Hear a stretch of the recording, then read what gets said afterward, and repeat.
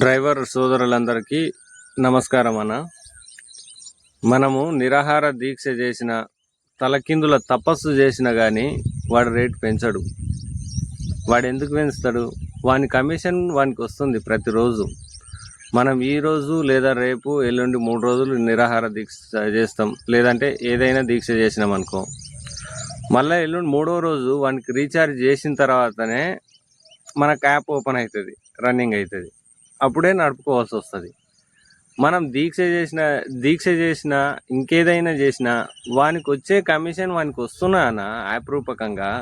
వాని బిజినెస్ మన చేతిలో ఉంది, యాప్ మన చేతిలో పెట్టండి. వాడు ఆ యాప్ని అన్ఇన్స్టాల్ చేసి నడిపితే అయిపోతుంది. మనకు నిజానికి చెప్పాలంటే మనం వాని దృష్టిలో మనం పిచ్చోళం. వీళ్ళేందిరా నాయన యాప్ను వాళ్ళ చేతికి అందిస్తే అదే యాప్లో నడుపుకొని మాకు రేట్లు పెంచండి అని అంటున్నారు అని వాళ్ళు నవ్వుకుంటారనా?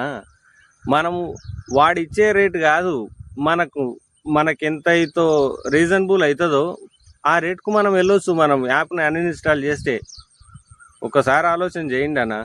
ఇంకొక విషయం అన్న, మన డ్రైవర్లు ఏమంటున్నారంటే ఆ రోజు ఆటో నడపకుంటే అద్దాలు పగలగొడతాం, టైర్లు బీకేస్తాం అని అంటున్నారు. అది కరెక్ట్ కాదు. ఎందుకోసం కరెక్ట్ కాదంటే, వాడు రేట్లు పెంచకుంటే వాని నుంచి మనం కొట్లాడడం కాదన్న, వాని మీద ఫైట్ చేద్దాం. అంటే యాప్ని అన్ఇన్స్టాల్ చేసేద్దాం. అప్పుడే వాని మీద ఫైట్ అయినట్లు. ఎప్పుడైతే యాప్ అన్ఇన్స్టాల్ అవుతుందో అందరి మొబైల్లో, అప్పుడే వాడు రేట్లు పెంచుతాడు ఆటోమేటిక్గా. ఇట్లా మనం ఎన్ని రోజులు తపస్సు చేసినా కానీ, ఎన్ని రోజులు నిరాహార దీక్ష చేసినా కానీ, ఎన్ని రోజులు ఆటోలు బంద్ చేసుకున్నా కానీ వాడు రేటు పెంచడు. ఇది మాత్రం నిజం. మనమే ఆలోచన చేసుకొని ఏదో ఒక నిర్ణయం తీసుకుందాం ఫ్రెండ్స్.